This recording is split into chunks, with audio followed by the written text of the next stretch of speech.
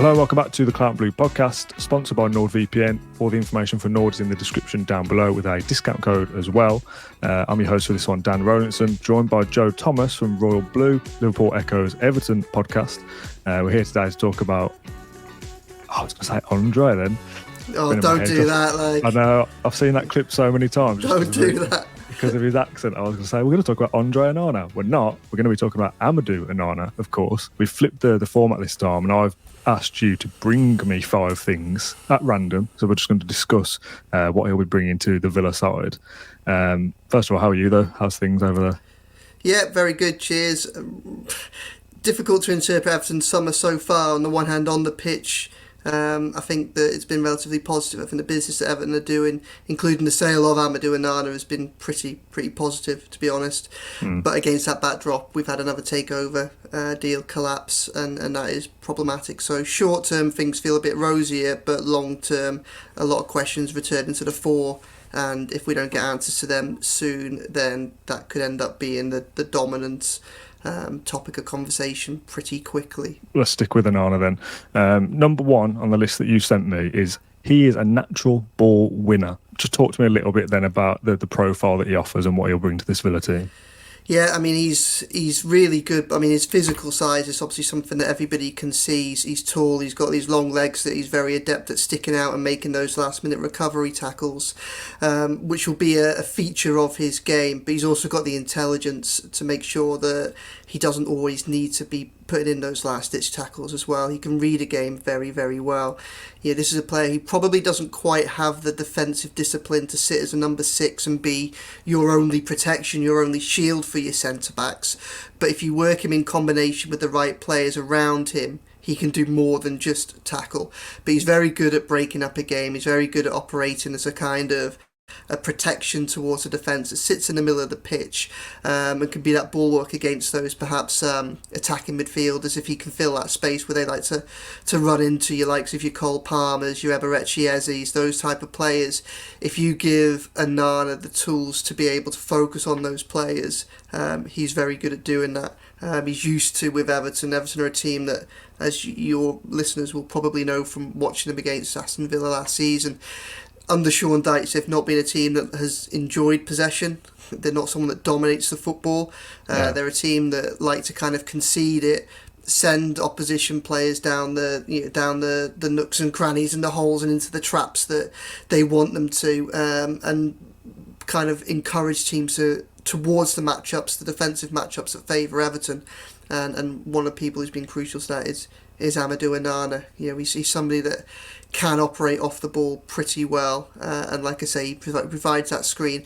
He's very good at timing his tackles if he needs to, if someone gets beyond him, but he's also very good at preventing that from happening in the first place. And you know, when someone's trying to break the lines with a forward pass, he's there to stretch a leg out and prevent that from getting through and blocking those passing channels. So he's somebody that will win the ball a lot for you.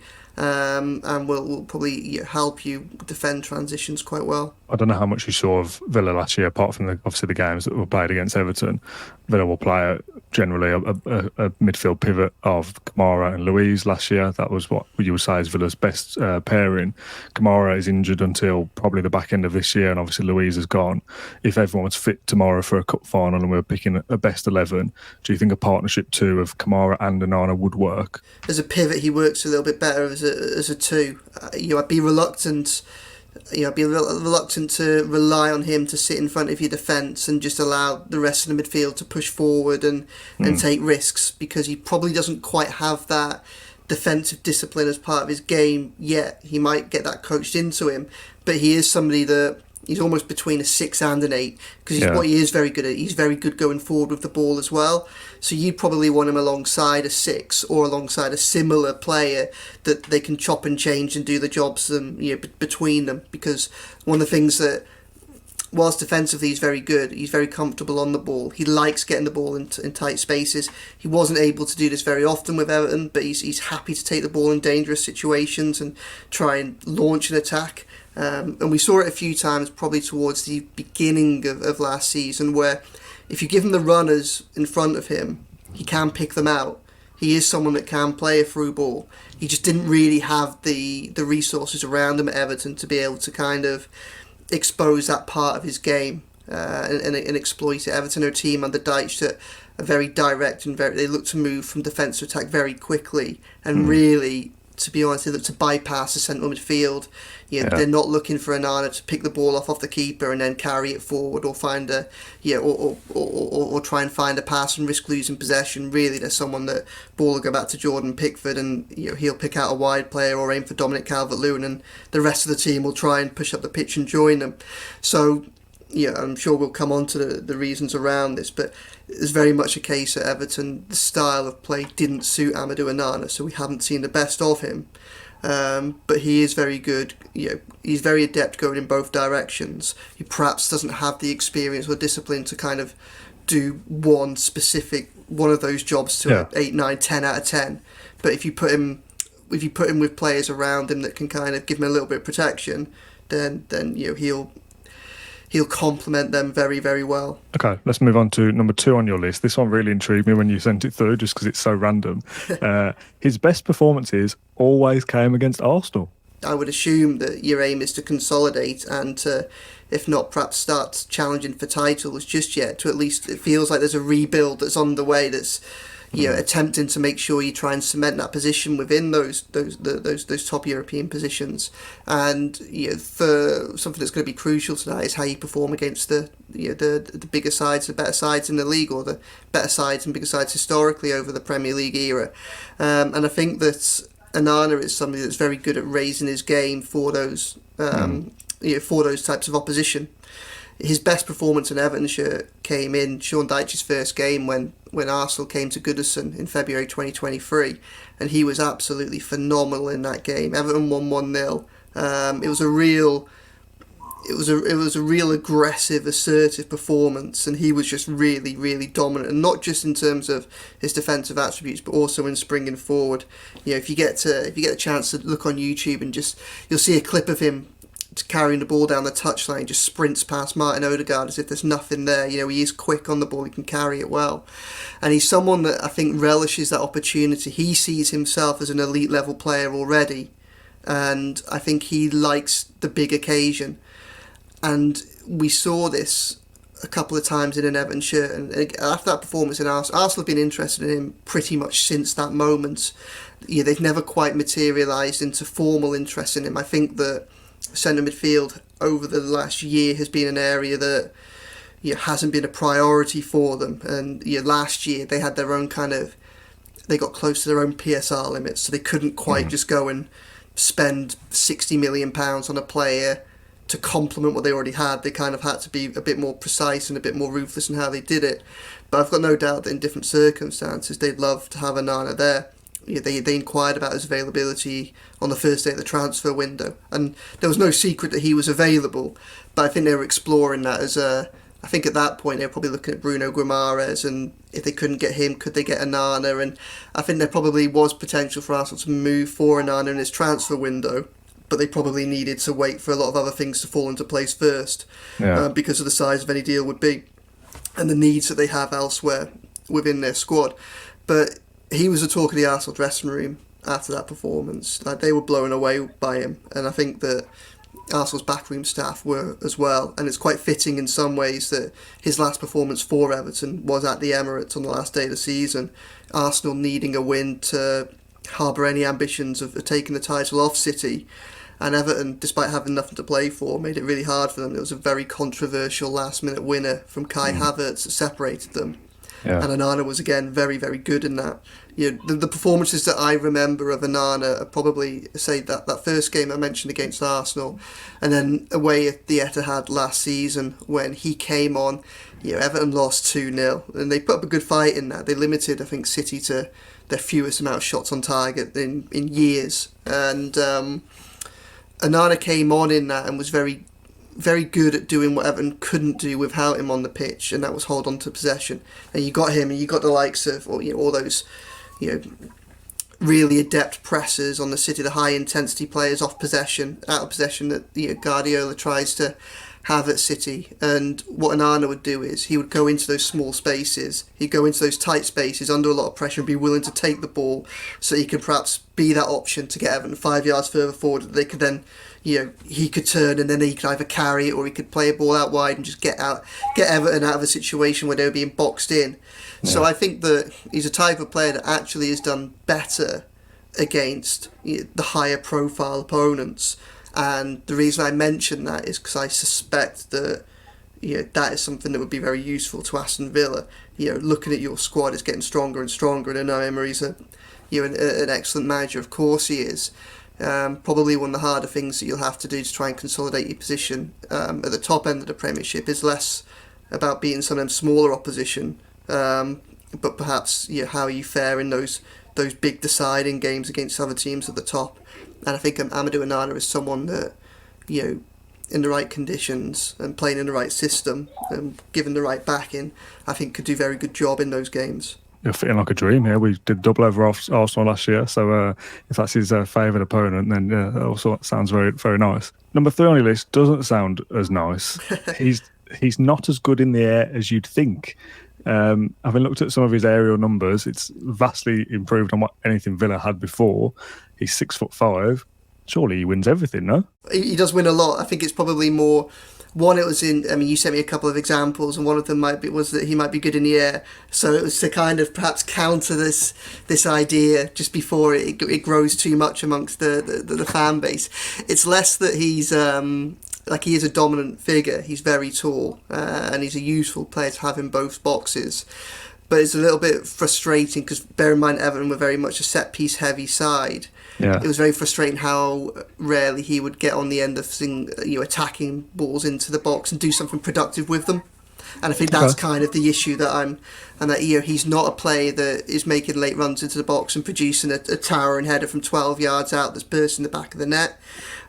He's someone that's kind of useful in there as to muddy the waters, to block runners, to attract the concentration of maybe your opposition's better ball winners.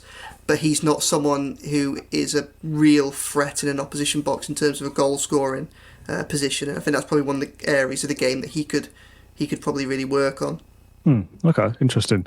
Because the assumption is that because he's a big guy and his stats look pretty good, he's going to win everything. And defensively, yes, but you're right. It's something I didn't really think of. Everton are good at set pieces, so you would think that maybe you would have got himself a few more goals from set pieces, and the fact that he didn't, I can see why that would be frustrating to watch that unfold and think, come on, surely look at the size of him. How is he not winning more? So yeah, you're good probably to kind of temper expectation a little bit. He's not in the air. He's not as physically impressive as and Everton had a lot of these, but a Jared Branthwaite or a James Tarkowski or even a Dominic Calvert-Lewin. He's not someone that you would be aiming for from a corner. Okay. If you put him on the keeper, he's obviously going to cause him problems. But don't.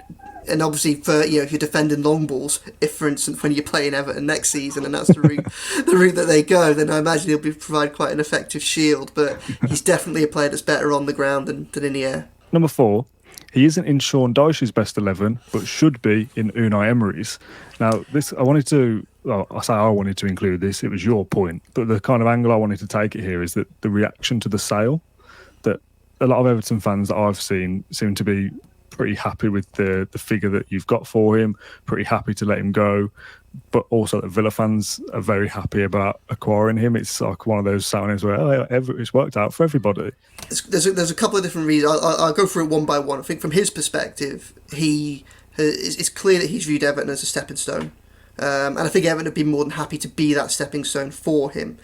The way in which Everton are at the moment and the way in which the club has had to kind of operate in the more recent years of the transfer market is it can't really go for those players that are already at the top of their game. The best case scenario is picking up those players that are perhaps that one step away from being proven enough for a Champions League club to go after. You try and pick them up just before they they attract everybody's attention and help them to grow with the club and get better, and then you make a bit of a profit. They go on for onto what they view as bigger things. It feels that's worked out quite well with Amadou Onana. I mean, he didn't have a small price tag.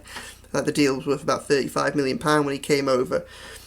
But it was very much a case of, I think everybody accepted that he was a player that would, if Everton didn't grow very, very quickly with him, that he would seek to move on. And he's been, that classic kind of case where every time he goes away to the international duty, he's been in the Belgian side for most of his time at Everton. He was a starter in the World Cup and a starter in the Euros, and he's captained them. And I think he'd always get asked the question, and I think he was always happy to answer it with, I want to be challenging myself at the very top of the game. Now, in terms of domestic level, it's clear right at this present moment in time, Everton can't quite do that. So for him, he gets to go to a side that's in the Champions League, and I think that as big a club as Villa is, I think probably in the back of his mind, he would have been hoping more for an Arsenal to come in, or a Barcelona, or a Bayern Munich, or something like that. Probably, a side that has had a more consistent run in Europe's top competition. But this represented an opportunity for him to kind of make that step up, and therefore for him, it's clearly a good move. For the club, it is for several different reasons. I think firstly, and this kind of gets to my point mainly, is like he's not in that starting 11. I think he was brought under Frank Lampard's tenure, and I think he was brought 2 summers ago at a point when Everton had just narrowly avoided their first relegation battle of the 3 that they've had in the last 3 years. And I think at that sense, when he came into the club, there was this belief that, and it obviously proved to be a mistaken belief, there was a belief that bad season had been a one-off. That actually they'd had a perfect storm of really bad injuries, because they had some really bad injuries, and they'd had some really bad high profile refereeing decisions at crucial moments as well.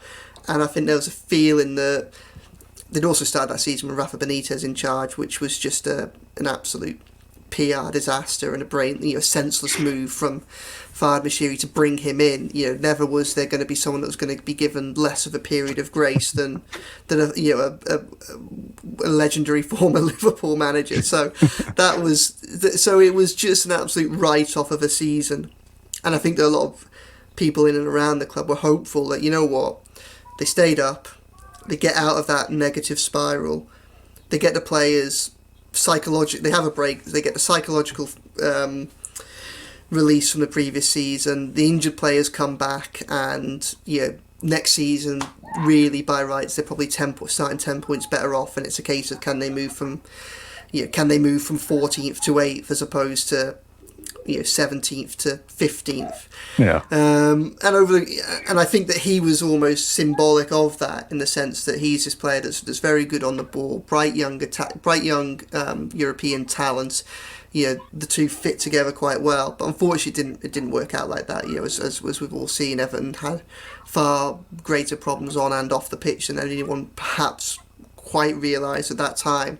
And then come the end of the January, Frank Lampard's gone, the team's in a really devastating relegation battle, and Sean Dyche comes in, and I think different people have different opinions on the style of football that Dyche has played. If you ever ask him about it, it's something that he tries to be very clear that it's been dictated to by the resources he's had. You look at the clubs that he's been at, it's normally fighting against relegation against teams with better resources, and I think he would say that dictates his style of play as opposed to anything else. But even though we started in that first game, and even though we had good performances, it wasn't really a marriage made in heaven, the two of them, because I have to say, I think Onana is someone whose best attributes are for a team that want to play football through the midfield, and Sean Dyche, with the squad that he inherited, very quickly. The biggest weakness, or one of the biggest weaknesses of the Frank Lampard Everton side, was its frailty in transition, and probably the perfect example of this was actually Amadou Onana's debut, which he came off the bench in the very final minutes against Aston Villa, Villa Park, second game of the season, not last season, the season before. I think Danny Ings might have scored the first goal in that. I can't remember. You won 2-1, but both of your goals came from Everton essentially trying to carry the ball through their midfield, losing it on the attack, but in the early stages, maybe on the halfway line or just inside your box, and then just not being able to get the bodies back quickly enough to be able to deal with the counter-attack. And that was a consistent problem under Frank Lampard. And I think Sean Dyche, one of his biggest tactical changes has been to try and address that. And one of his best ways, most effective ways of doing that is just not putting the team in a position where it could lose the ball in that manner. Yeah. But the problem is that completely takes Amadou Onana out of the game. It takes so many of his better attributes out of the game.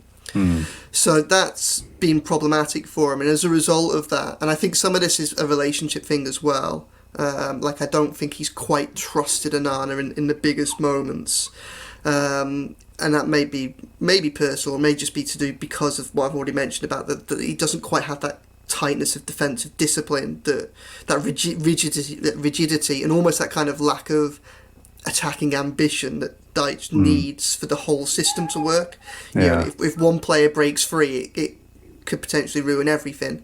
And for a team that's, you know, playing without the ball for long periods and trying to keep games tight, and which hasn't had the attacking weaponry to get back into games for the last few years, it only takes one bad moment to completely destroy a game plan. So when you see some of the more crucial moments of the season before last, and then particularly this last season, Onana hasn't always been trusted in the starting 11 for those games. One of the biggest weeks of Everton's season was in April when they played 3 games in a week. They'd just come off the back of losing 6-0 at Chelsea. And it looked like, you know, they were heading towards another really, really difficult relegation battle that might go down to the wire. And then all of a sudden, out of nowhere, they pulled out a win over Nottingham Forest, who were obviously down there with them. Yeah. Then they had the Merseyside derby win a couple of days later, and then they beat Brentford. And all of a sudden, they were safe with weeks to spare, and the whole dimension of the season had changed. Amadou Onana was fit for those, and he didn't start in any of the 3. And I think that's quite telling. Yeah. So the best way I can describe it for Everton, so you got that situation on the pitch, and off the pitch there's the finances, which are slowly improving, but they're still very fragile. And there was a sense that Everton entered this summer knowing that they had issues PSR wise for the year that ended at the end of June, and knowing that they had them, that they would continue into this 12 months as well. And essentially, I think what Everton were hoping to, the perfect summer for Everton saw them push the sales that they wanted to, get the money in for the players that they were willing to lose, rather than the key players that would take a lot to replace. Amadou Onana is someone that's a clear asset to, you know, to most football clubs. He's a very good football player.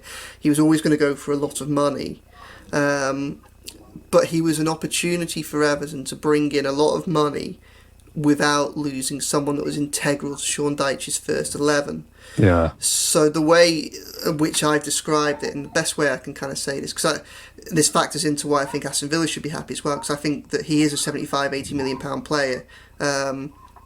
12 months ago, if you'd have asked Everton how much they wanted from him, they benchmarked him at the Caicedo deal for Chelsea, which is about 115 million, because when Caicedo moved from Brighton to Chelsea, Amadou Onana had more top flight experience, more international experience, and was about the same age. Yeah. But that was obviously at a time when they wanted to protect him. This summer, they were quite open in their willingness to accept about £50 million for him, which was a big cutback. But I think they very much saw this as they could sacrifice a little bit of his valuation in order to try and encourage the market to go in the way that they wanted to shape it. Yeah. And that makes sense. Yeah, and essentially the point I'm coming to is, or like my punchline and everything Amadou Onana related over the past week or so, is essentially that at this present moment in time for Everton, a £50 million sale for him is £50 million sale is more valuable to them than £75 million on the bench, and that's where they are right now. He's more useful to them in this deal for what it does for PSR, what they could potentially do to strengthen the squad elsewhere, what it means for what they can do to perhaps hold on to someone like Jared Branthwaite, who they do see as key to their starting 11. It strengthens all that without the loss of a player who is crucial to what Sean Dyche wants to do going forward. So as a result of that, I think Aston Villa have got as close to what they could see as a bargain. And that brings me full circle, and everybody should be happy. Lovely, very well explained. Number 5, and the final thing on the list that you've given me, explain yourself with this one. He's a great singer and will be one of the most impressive characters in your dressing room. Yeah, I mean, he's a big personality, he's a confident personality. I think perhaps that kind of brushed a little bit with caused a bit of friction with Sean Dyche. But I think what I'm trying to get at with this point is that he really is an incredibly impressive character, and I kind of more referring to off the pitch here rather than on the pitch, because I think we miss so much of this in what we see about the modern game these days, that, you know, for all sorts of different reasons we are prevented. It gets even harder to see the personalities behind the players that you see on the pitch. Yeah. And I think as a result of that, it makes everything a lot more fickle. You know, so I think clubs obviously try and provide, you know, become more and more restrictive with their access, and sometimes I think that comes to the detriment of some of the players and how they're viewed by the fan bases, because you don't get that insight. What I'd say is about Onana, like, people, he's split opinion in the Everton fan base. You know, there is rightly a frustration that for all his talent he didn't produce enough bigger standout performances for Everton. I think that's a legitimate frustration, part of which can be explained by being part of a tactical setup that didn't suit him, maybe by having a manager that perhaps didn't trust him, but he also has to take a degree of responsibility for that. But what I was going to say is, off the pitch, you know, I've sat down with him, you know, been in and around him, and he is, as a person, just incredibly impressive. This is someone who's been through a lot to get to this stage in his career, and he's still in his early 20s. You know, he grew up in Senegal. He's faced rejection from, you know, going on trials to different, you know, mid-level European teams and being told that he didn't have what it takes, and kept going back to the well and going again and going again. You know, he is resilient. He is courageous. You know, he's been through Belgian football. He's been through German football. He's been through French football. He's already had 2 seasons in England. He's done international football. As a character, he is an incredibly impressive person. Far more mature than would you perhaps realise when you see him try to G up the crowd on the pitch. And I think that if you're in a club where you can harness that more effectively, then I think you'll have not just there's no doubt that he's a very good football player, but I think he will become a very good leader for Aston Villa and in that dressing room. You know, this is someone that, like, as I say, when you sit around him, you realise everything that he's kind of been through and what he's done to achieve what he's done already at this young age. Really, it just kind of it just blows you away. And he's someone who is incredibly talented. He's very good musically. Obviously, you know, not just singing, but with instruments. And where I was kind of getting to with that is he can speak 4 or 5 different languages, and it's that what I'm trying to get at, really. You know, as I say, so much of football is wrapped up in, oh, did he put that tackle in, or has he turned up to this game, or things like that, and you miss that you miss out that personal side of the player there. Like, what, you know, whether Aston Villa fans ever see this, you know, I don't know. But behind the scenes, this is someone that, you know, I think as a person, you should be absolutely delighted to have at your football club. Lovely stuff, Joe. Thank you very much for that. That was a great list, and I've absolutely learnt loads there, and hopefully the audience has too. Thank you for joining us on the Claret Blue podcast. If you've enjoyed this episode, then please let us know. Get involved in the comment section on YouTube. Thank you for watching. Thank you for listening, and we'll see you on the next one. Bye-bye.